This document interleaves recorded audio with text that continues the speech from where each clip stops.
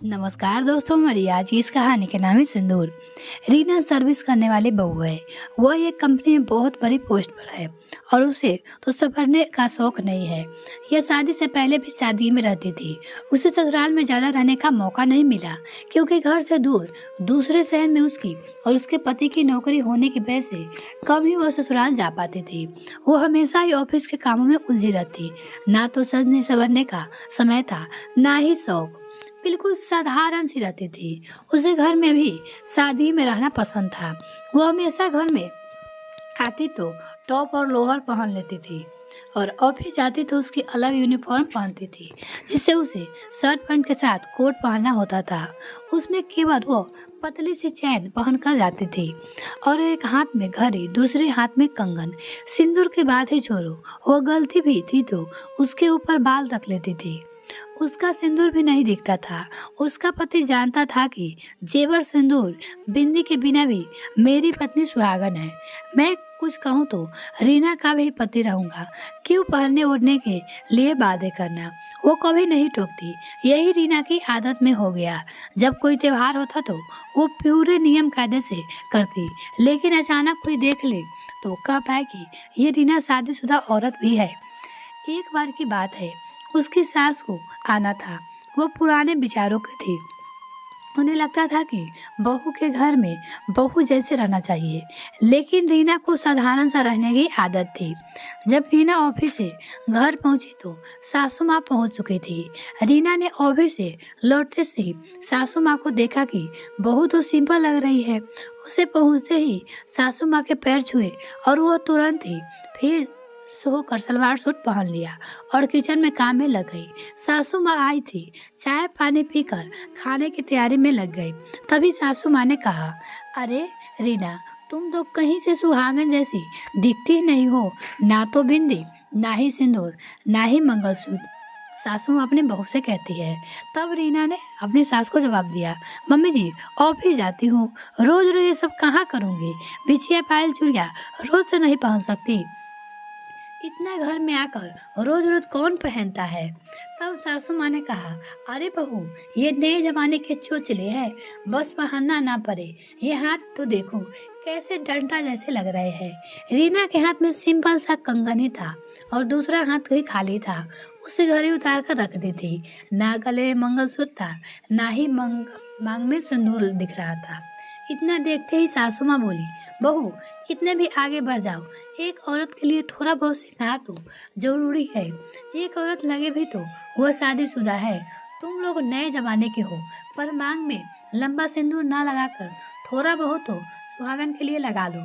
तब रीना ने कहा, माँ देखो, मेरी सिंदूर लगाने की आदत बीच में लगने की है और बाल में साइड से मांग निकालती हूँ तो वो दिखना नहीं है। पैंट शर्ट के सामने तो सिंदूर थोड़ी ना अच्छा दिखेगा, वो कहती है। तब सासू माँ तब सासू माँ सकती है, बोली, बिंदी तो सुहागन की निशानी होती है। रीना, वो तो लगा ले। बिंदी बड़ी ना लगाओ, पर छोटी तो लगाओ। सास अपनी बहू को कहे जा रही थी, ऑफिस में ना सही, घर में तो लगाओ। रोज घर में बिंदी लगाने में कितना समय लगेगा। ये सुहाग की निशानी है और बिछिया भी छोटी छोटी पहन सकती है।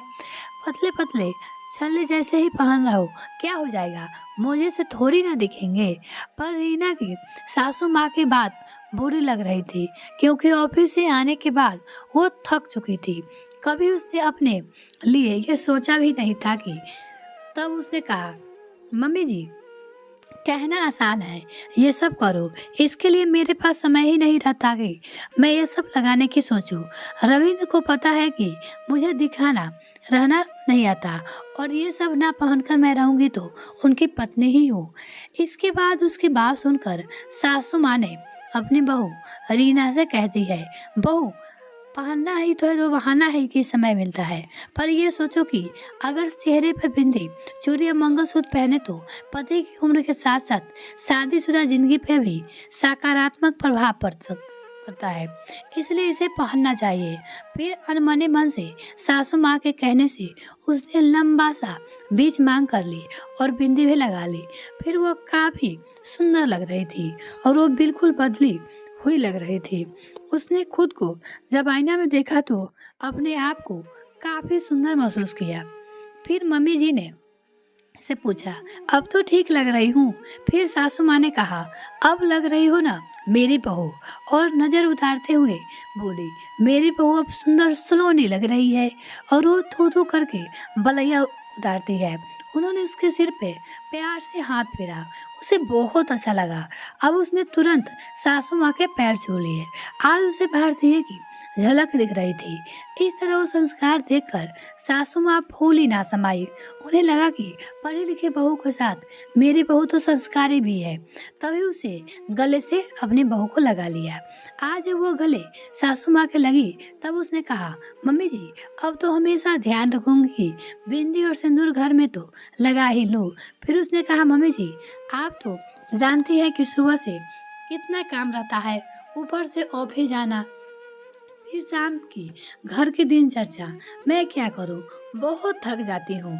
रविंद्र ने भी कभी नहीं टोका, इसलिए मेरी आदत छूट गई थी। रीना अपनी सास से कहती है, ठीक है बहू, मेरा फर्ज था समझाना, मैंने समझा दिया।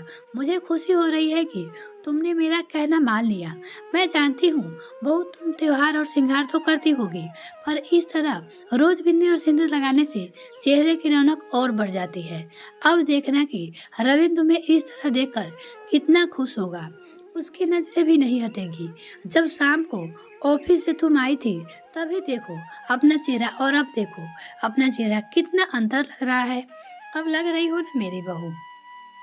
इस तरह रीना को सासू माँ ने समझा दिया कि नए जमाने के चलने के साथ ही सुहागन जैसे ही औरत को रहना चाहिए। इससे न केवल चेहरा खिला खिला दिखता है, बल्कि पति की उम्र के साथ साथ तनाव मुक्त दिमाग रहता है। उन्होंने बताया कि मस्तिष्क पर बिंदी या टीका दिमाग को शांत भी रखता है, इसलिए रोज बिंदी सिंदूर लगाया करो। आज रीना पे सकारात्मक असर हुआ। उसे अंदर से चिड़चिड़ापन और थकावट लगती थी, हुआ भी उसे अंदर से शांति और सुकून सा महसूस हो रहा था। रविंद्र जब ऑफिस से लौटा तो बदला स्वरूप देखकर दंग सा रह गया। तब उसने कहा, क्यों रीना, माँ ने कहने पे बिंदी सिंदूर और बिंदी लगाई है? तब वो बोली, देखो रविंद्र, एक तो तुमने टोका नहीं, ना ही मुझसे सजने संवरने का शौक ही था, इसलिए कभी इसका इस तरह महत्व ही नहीं समझा। रीना अपने पति रविंद्र से कहती है, आज माँ जी के कारण ये लगाने से मुझे इतना प्रभाव दिख रहा है। मेरे अंदर चिड़चिड़ेपन की जगह सुकून सा है।